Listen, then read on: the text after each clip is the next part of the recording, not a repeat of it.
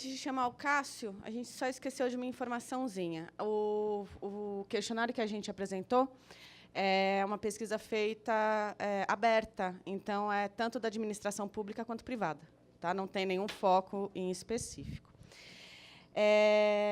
Então, agora eu gostaria de chamar o Cássio Rodrigo, militante. Ele atuou como coordenador estadual de diversidade sexual da Secretaria de Justiça e Cidadania, e ele vai falar sobre políticas públicas para a gente. Muito obrigada.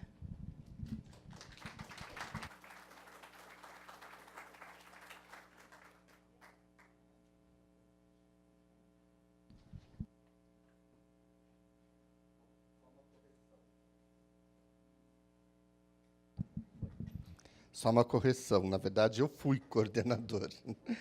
Né? Então, hoje, eu estou apenas aqui como militante da questão LGBT.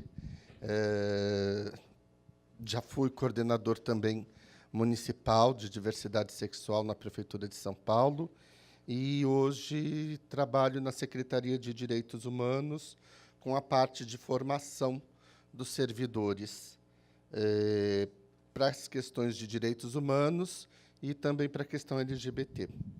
Eu vou falar ali do centro, que acho que é mais fácil. Tá? Então, a ideia é conversar um pouquinho com vocês sobre políticas públicas. Acho que hoje,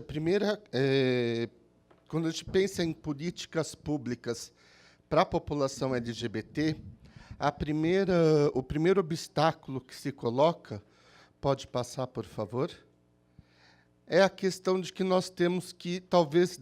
Não, volta um pouquinho. Não, passa um. Aí, isso.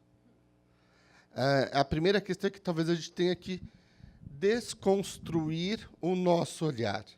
E aí a primeira desconstrução do nosso olhar é para a questão do binarismo de gênero, né?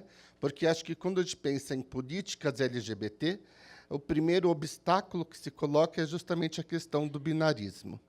Por quê? Porque nós estamos acostumados a dividir os seres humanos em caixinhas. E a nossa língua, por si só, ela é binária, né? A gente está acostumado em estabelecer o gênero, o masculino ou o feminino, e isso interfere diretamente nas políticas. Vou dar um exemplo.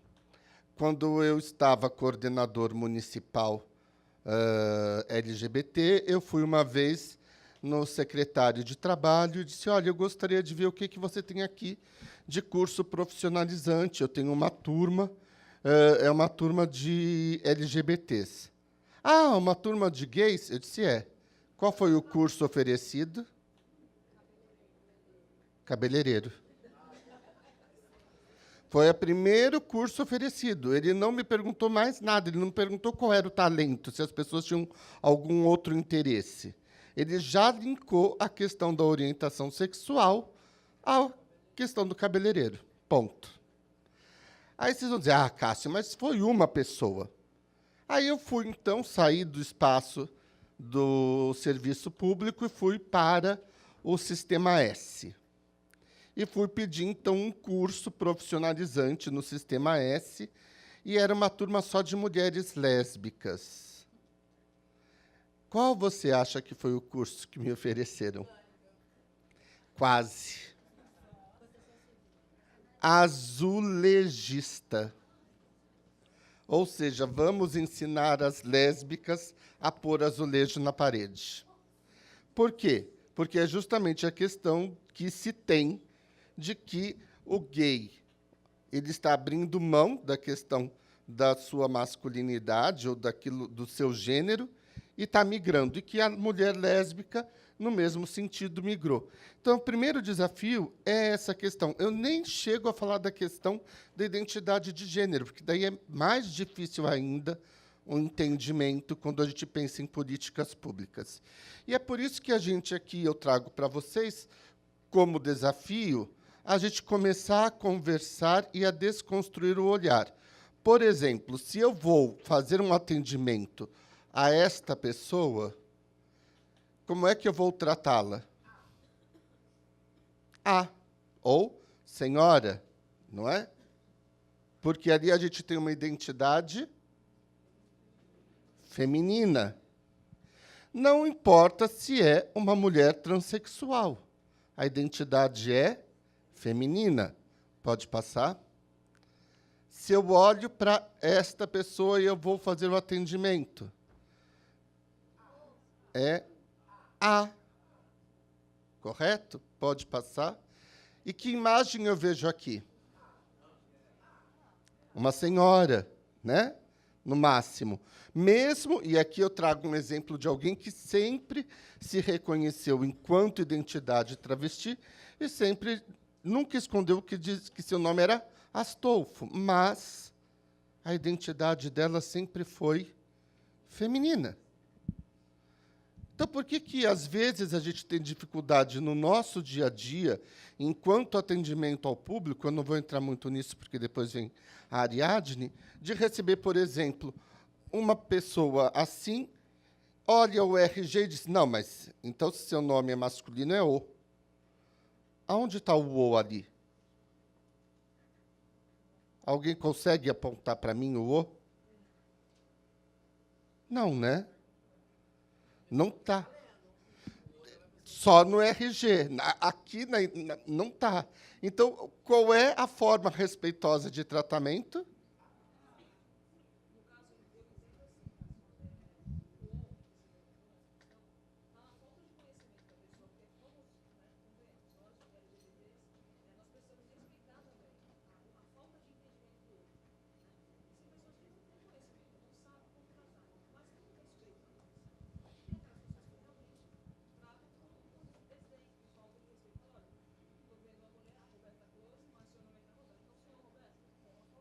É uma falta de respeito. Vai além da falta de respeito. Em alguns casos, eu concordo com você, é uma falta de conhecimento e basta a pessoa ser comunicada, isso resolve. Em outros casos, há uma questão real de discriminação. Quem aqui tem cartão do SUS? Levanta a mão. Então, vocês sabiam que o cartão do SUS a gente pode imprimir para as travestis e transexuais apenas com o nome social? Por que eu recebia tanta reclamação de que o cartão saía no nome civil? Eu dizia assim, bom, na minha cabeça, né, eu recebia as denúncias e dizia, acho que é porque o sistema não está integrado. Ou, acho que é porque, às vezes, a cidade é pequenininha, porque, às vezes, a denúncia vinha do interior. Eu dizia, acho que é porque, lá no interior, o sistema está desatualizado. Aí eu fui atrás. Primeiro, o sistema está integrado. Segundo, não há diferença de sistemas. Terceiro, tem uma normativa do Departamento de Informática do Ministério da Saúde que ensina como imprimir o cartão no nome social. Sabe, então, o que faltou ali? A boa vontade. Né? Foi realmente a questão da discriminação. Né? Ou seja, eu vou negar o direito da pessoa, mesmo que eu esteja vendo uma identidade feminina. Ah, está aqui o RG, está masculino, eu vou pôr o nome do RG. Né? E é com esse tipo de questão que a gente tem que trabalhar de forma educativa e explicar para essas pessoas que existem algumas sanções, né? Como o próprio Douglas colocou aqui, da lei estadual. Mas vamos ver ali, por exemplo, o O. Alguém está vendo que identidade ali? É masculina ou é feminina? É masculina, né? Se ele quiser, eu estou na pista, entendeu? Então, né? É masculina. Né? Passa para mim o próximo. Qual a identidade? Por que a gente ainda ouve falar Atami? Quem está vendo Ali? Quem vê uma imagem feminina ali? Não tem. Mas a pessoa, às vezes, não consegue dar o devido respeito que é necessário. Né? A gente ainda tem essa negativa de direitos. né? Homens trans ainda estão invisibilizados na questão da política pública. É difícil, porque chega lá e diz assim, não, é assim, é meio masculino, mas é uma caminhoneira, né? Que é o termo que as pessoas costumam usar, que também é errado, né? Porque caminhoneira é profissão, não é orientação sexual. Mas é a forma como as pessoas costumam olhar para essas pessoas, né? E ali é uma identidade totalmente masculina. Também casava, mas é hétero. Infelizmente, é um defeito do Tami. Ele é hétero, né? Pode passar. E aí, por que eu trago isso? Porque, quando a gente pensa em políticas públicas, uma das questões que estavam colocadas era a dificuldade das identidades trans de serem vistas como identidades naturais. Era sempre a questão da despatologização dessas identidades. Nós avançamos. A OMS, o ano passado, conseguiu retirar da lista de distúrbios mentais. Então, hoje, a gente não tem mais a identidade trans vista como distúrbio mental. Agora, e olha a justificativa, para que a gente possa continuar garantindo o processo transexualizador, a gente precisa continuar tendo um CID, né? A gente precisa continuar tendo algum indicativo de doença. Então, o que a OMS fez? Não é mais distúrbio mental, mas é relativo à saúde sexual, para garantir algo que deveria ser dever do Estado, garantir o processo transexualizador. Então, a gente continua na luta da despatologização. Né? Por quê? Porque ainda, como o Douglas falou, tem um buraco ali. Né? Ainda tem direito sendo negado. Né? Por quê? Porque, senão, a gente teria que pagar por esse processo. E não teria ele de graça no SUS. Então, percebe como é difícil, a gente avança um passo, mas ainda tem direitos que são negados. Então, é sempre um caminhar, né, nesse sentido. Pode passar para mim? Um outro avanço, por exemplo, a gente teve, ano passado, e aí eu acho que a gente tem que pensar no seguinte. Na última década, se a gente for olhar para a última década, nós não temos nenhuma legislação aprovada em prol da população LGBT. Quem sempre atuou na garantia de direitos da população LGBT foi o judiciário. Então, se nós não tivéssemos o judiciário ao lado da população LGBT, nós não teríamos uma série de avanços. Quem foi que garantiu a equiparação de união estável heterossexual e a homossexual à heterossexual?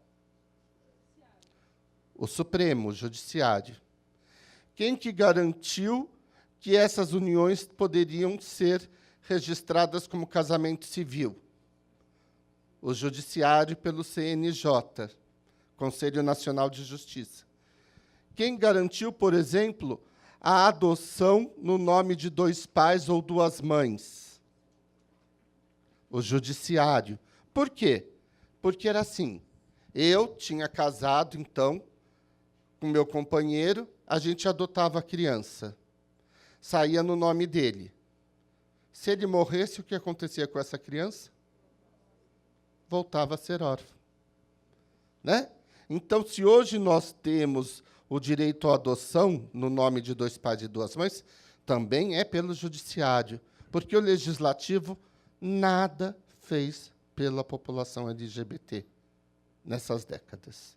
Então, precisou do judiciário para que a gente pudesse avançar. E aí avançamos, por exemplo, na questão da retificação de nome e gênero nos documentos. Que você vai dizer, mas até porque não tem projeto de lei? Tem. Tem projeto de lei parado no Congresso Nacional. Tem um projeto de lei que se chama, em homenagem ao João Nery, que já, infelizmente, é falecido. E está lá parado, um projeto que fala sobre identidade de gênero. Eles não discutiram. é uma negativa de direitos. Então, nós precisamos que o judiciário dissesse, olha, essas pessoas têm direito à retificação de nome e de gênero. E isso pode ser feito no cartório. Eu não preciso de um juiz ou uma autoridade maior que reconheça a identidade dela. É ela quem se reconhece. Então, isso pode ser feito no âmbito cartorial. Então, o avanço foi dado pela Justiça. Pode passar? E aí, em São Paulo, a gente tem, né, o programa São Paulo contra a homofobia e São Paulo contra a transfobia. Pode passar. E que, na verdade, a gente sempre se baseia naquilo que o Douglas trouxe, que é a Constituição Federal, principalmente na questão da dignidade da pessoa humana. Então, isso está sempre muito presente em todas as defesas que a gente faz, e a questão de que nós somos todos iguais, né? Não há diferença. Só que isso, por si só, não é garantia. Pode passar?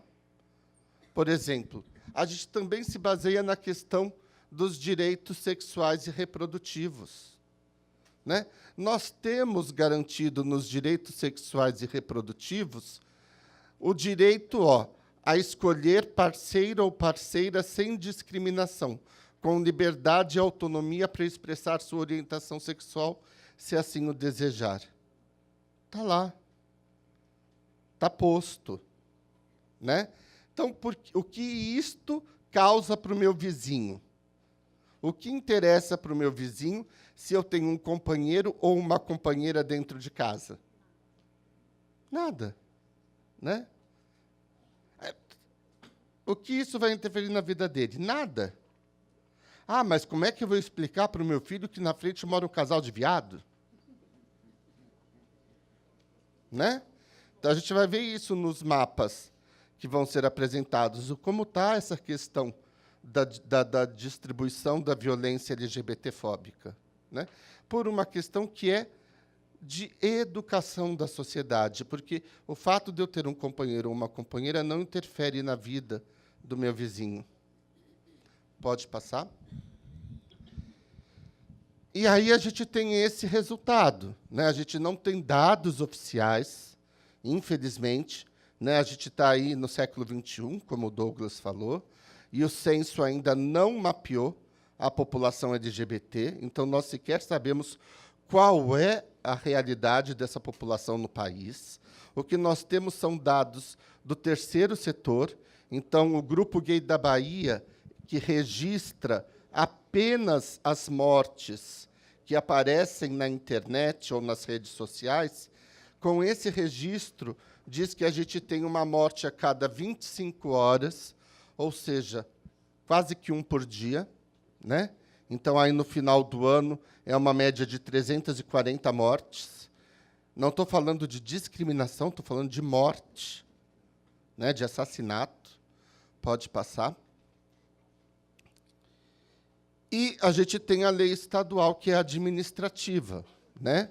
Essa lei já diz o que ela considera como ser atos infracionais. Então, por exemplo, olha ali, você cobrar preços ou serviços diferenciados. Isso acontece? Você sabia, se for alugar uma kitnet no centro, como eu sou branco e, né, posso dar uma disfarçada na barba, né, ninguém vai nem, né, vai achar que vou ser cobrado um valor. Se eu for travesti, quanto vão me cobrar? O dobro. Ou nem aluga. Mas, geralmente, é o dobro. Por quê? Porque a ideia de que travesti é bagunça, não é? Então, vou cobrar o dobro. Então, perceba que a gente tem, sim, a cobrança de serviços e preços diferenciados. E por isso que está na lei. Né? Como até pouco tempo atrás, a gente tinha dificuldade para entrar no motel. Tinham motéis que se recusavam a receber dois casais, casais de 2 homens ou casais de 2 mulheres. Né? Então, por isso que a lei foi feita. E aí, em dados da lei, pode passar o próximo, A gente teve como denúncias feitas de 2010 a 2018 na Secretaria da Justiça, pela ouvidoria, 452 denúncias. Isso só de denúncia feita pelo sistema de ouvidoria, fora aquilo que chegou por ofício da Defensoria ou por alguma outra forma, né? Então, estou falando só do sistema de ouvidoria. A gente teve 75 denúncias no ano de 2017, que é pouco quando a gente olha a realidade de um estado como São Paulo, que tem 645 municípios. Né? Aonde estão essas denúncias? Por que as pessoas não denunciam? Porque, muitas das vezes, elas nem sabem da lei e do direito que elas têm. E essa é a dificuldade em fazer a denúncia chegar adiante. Pode passar? Então, o que a gente tenta fazer, né, para diminuir essa discriminação? Embora a gente tenha, hoje, já pelo STF, o direito à retificação de nome e sexo, a gente também tem, administrativamente, o direito ao uso do nome social. E aí, nas 3 esferas, tá? Nós temos um decreto federal, um decreto estadual e um decreto municipal. Então, na verdade, eu não sou obrigada, por ser travesti ou transexual, a ir ao cartório. Eu posso continuar usando o meu nome social. Está garantido administrativamente. Ah, Cássio, mas como está garantido só no setor público, e aí no setor privado, eles podem me discriminar? Lembra que a lei que eu passei fala sobre não expor ninguém a vexame? Usar o nome civil da pessoa quando ela se apresenta numa identidade feminina é expor a vexame. Né? Então, imagina, se eu recebo a Roberta Close, né, e eu chamo ela de Roberto, não chamaria, porque ela já retificou o nome, mas se eu chamo ela de Roberto, eu estou ou não expondo a vexame? Então, eu posso ser processado pela lei. Né? Então, a gente tem a lei que garante o nome social. Tá? Pode passar. Como é que essa questão do nome social foi introjetada, por exemplo, dentro do Estado de São Paulo? E aí eu acho que o decreto estadual foi um dos decretos que mais rendeu frutos. A gente tem uma resolução da Secretaria da Administração Penitenciária de 2014 que fala justamente sobre o direito à identidade de gênero e nome social nas unidades prisionais. Então, hoje, se eu for uma travesti ou uma mulher transexual e eu não tiver feito a cirurgia, eu vou para a unidade masculina, mas lá eu tenho direito ao meu nome social e a usar roupas íntimas femininas, eu já recebo um kit na entrada, e tenho direito a usar o cabelo na altura do ombro, que é a altura permitida para as mulheres no sistema prisional. Se eu for um homem trans, eu vou para a unidade feminina, mas aí podendo usar cueca e o meu nome social. Tá? Pelo STF, o que a gente deveria fazer? A gente deveria colocar o homem trans na unidade masculina e as travestis e transexuais na feminina. A gente, em São Paulo, faz diferente, até porque é uma questão conversada, inclusive, com quem está no sistema prisional. Primeiro, porque a gente sabe da dificuldade que seria garantir a integridade física de um homem trans numa unidade masculina. Então, isso poderia ser uma violação aos direitos dele. E segundo, porque a gente tem nas unidades masculinas uma ala, e às vezes celas e alas específicas para a população de travestis e de gays. Então, ficam separados do restante da população carcerária. E isso garante a integridade física e os direitos. Tá? Além disso, a SAP promove a formação dos seus agentes penitenciários e cursos e atividades com essas pessoas que estão no sistema prisional. Então, por exemplo, essa semana eu estive no CDP de Belém, com um grupo de travestis e de gays, falando sobre a questão de direitos. Por quê? Porque tem um programa que é Diversidade na Mesa, onde esse grupo está tendo aulas de profissionalização para a culinária. Então, começa agora, semana que vem, a parte da culinária, com chefes de cozinha, para que essas pessoas que já estão no semiaberto possam ter alguma profissão ao sair da prisão. Então, esse projeto é específico para esse grupo LGBT. Tá? Pode passar.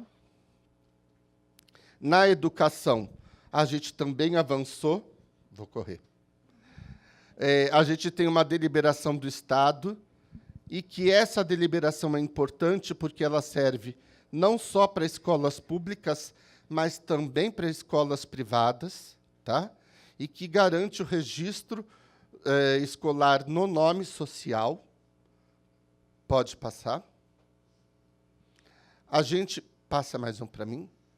A gente conseguiu, né, o ano passado, em junho, passar de 500 registros escolares.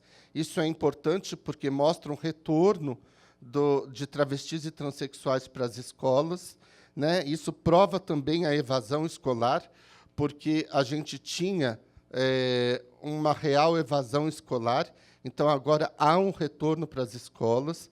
Não é centralizado na capital. Esses 512 registros aparecem em todas as regionais. Então, todas as diretorias regionais possuem registros. Isso é importante ver que está funcionando pelo Estado inteiro. Pode passar. E aqui o mais interessante, que é o seguinte: a gente tem ali embaixo no gráfico 30% menores com um nome social, que significa que teve o aval de pais ou responsáveis, o que demonstra também para o ambiente da família uma outra forma de ver suas filhas e filhos trans. Se a gente viu na pesquisa que um ambiente de discriminação com mais de 50% é a família, aqui a gente, pelo menos, tem um outro olhar da família para suas filhas e filhos. Pode passar. Ali é falando, né, 60% estão no EJA, então, o que demonstra realmente que há uma real evasão, um processo de exclusão. Né? Pode passar. Mas isso. Na área da segurança pública, desde novembro de 2015, a gente tem o direito a usar o nome social, tem um campo para o nome social nos boletins de ocorrência e também nos boletins da Polícia Militar. No boletim da Polícia Militar, ainda a gente inseriu um campo para identidade de gênero, para que as pessoas possam se autodeclarar na hora de fazer o boletim da Polícia Militar. E a gente tem o provável motivação do crime, onde eu posso pôr homofobia ou transfobia.